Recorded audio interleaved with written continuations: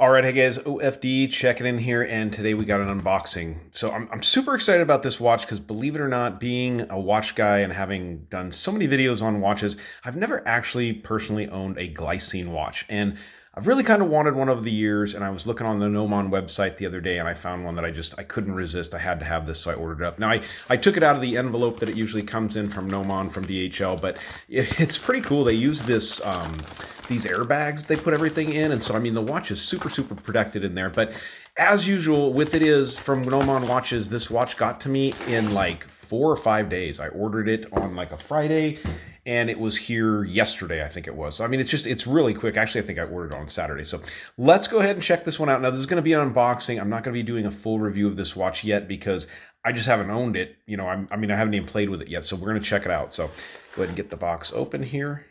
And inside of here, you guys can see the warranty card here and information, manual instructions for automatic. It's in this little box. I think they're kind of considered a gray market dealer, so it's kind of interesting that's in that package. Here's some more information from them, from Nomon watches. Pretty cool. These are actually for measuring the size of your watch lugs. So you've got 20, you've got 18, you got 16 millimeters, you got 26, 24, and 22. So you can actually, you know, really quickly put this up to your watch and be like, oh, I got 22 millimeter lug opening. So pretty cool. So let's go ahead and open this up and check this out. Now, you guys, let me know. I'm not sure. I know that Glycine's been purchased by Invicta and whatnot. I'm not sure if these are under the Invicta name or if this is an older one that's under the actual Glycine. But I'll be honest with you, it doesn't really matter. I actually have bought a number of Invicta watches. I don't think there's anything wrong with Invicta watches. And I do think that when somebody like Invicta buys a big company like Glycine, they're not going to take it and run it into the toilet or anything like that. I do think they're still doing some great stuff over here. So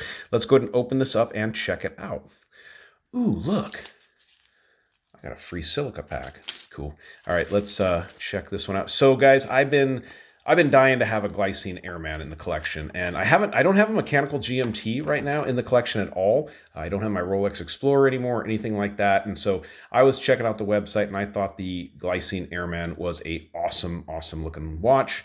Here is our information, the GL0071. I guess that's the reference number on it here.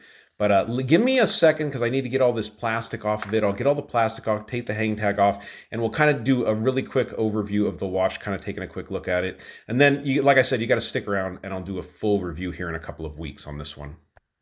All right, so here we go, guys. All the plastic is off, and this is the DC-4, the Glycine Airman DC-4.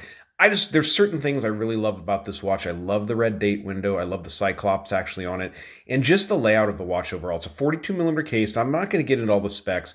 I'm not sure the lug to lug. It looks like it's probably going to be at least 50 or pretty close to 50. Comes on this nice nylon strap here. It is gusseted there, so it's going to really last you a long time. And I'll just really quickly give you guys a quick peek here. It does have a display case back showing off that ETA movement. But yeah, I'm going to do a full review of this, but I do need to spend some time with it, guys. I've had a number of GMT watches over the years, and I've actually had a few Steinharts that I really love the watches, but I had issues with the setting of the GMT hand. I had a problem with it always being off.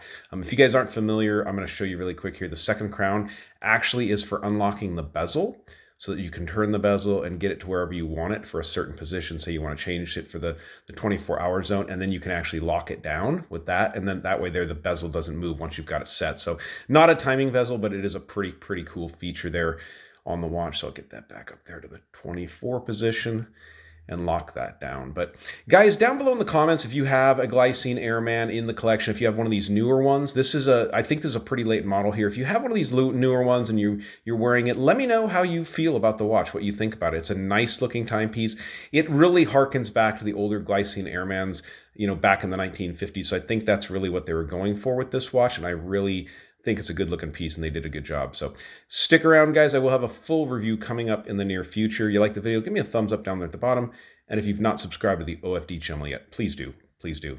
Thanks, guys.